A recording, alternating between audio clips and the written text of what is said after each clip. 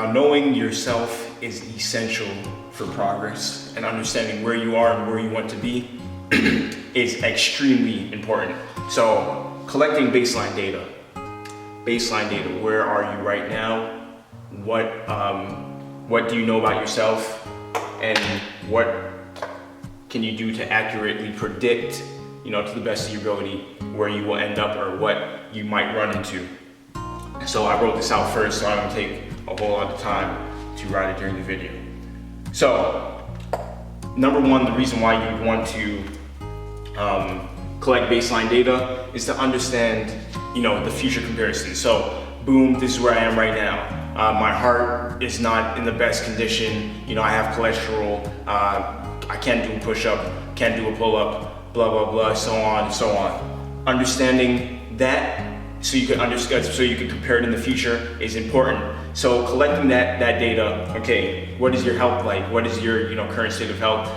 What is your fitness performance, physical performance like? Collecting that information is a must when beginning. So how would you do that? Sit down, create a list, go to your doctor.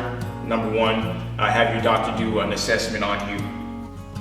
Hear what your doctor has to say. If your doctor is saying, okay, right now you're not in the best of shape, your heart, like I said, isn't good, your muscles are extremely weak, you have joint problems, blah, blah, so on, that's things to take into consideration. So in the future, that's things you're gonna be looking to change.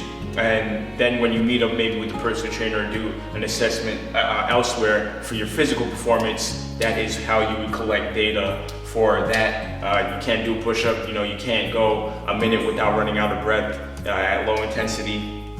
That's information you would want to collect there as well. So that kind of falls in line with identifying your current strengths and weaknesses. That's another reason why you would want to collect baseline data, is to understand what your current strengths are and current weaknesses. So back again to the the past lesson, talking about priority, what do you need to focus on? So if you're extremely strong in a certain area, you're not going to want to keep focusing only on your strengths. And that's a lot what we tend to do, especially when starting out, especially if we don't have a plan. We focus on what makes us comfortable.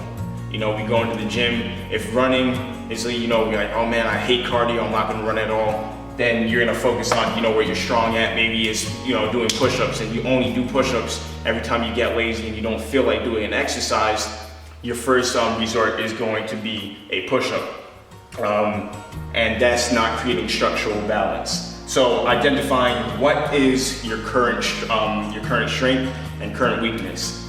Assist in establishing appropriate intensities and volume. We'll talk about exactly what intensities and volumes are in the next lesson. But for now,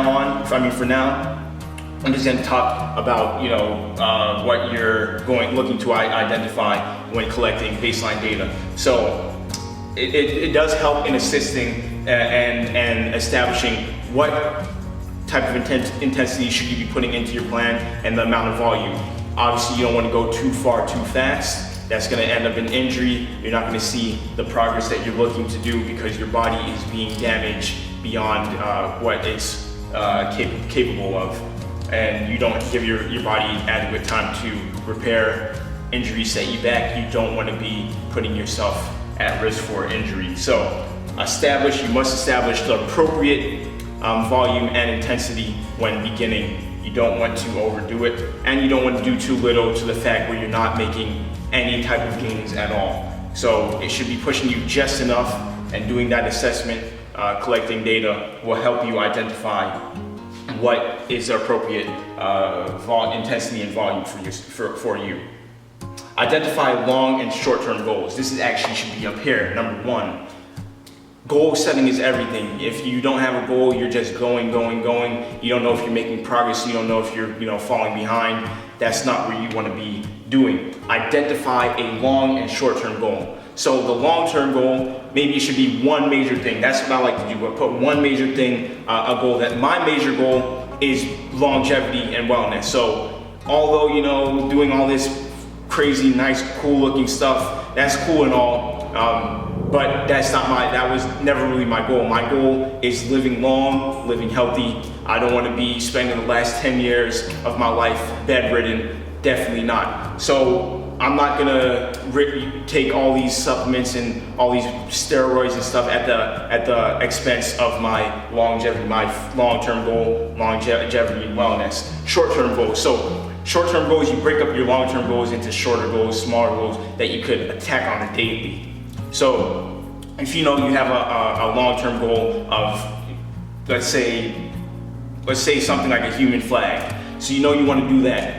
Breaking up the goal, your big goal into smaller goals. So what do you need to focus on? You work backwards from here. You want to do a human flag. What does a human flag take? What does it take to achieve the whole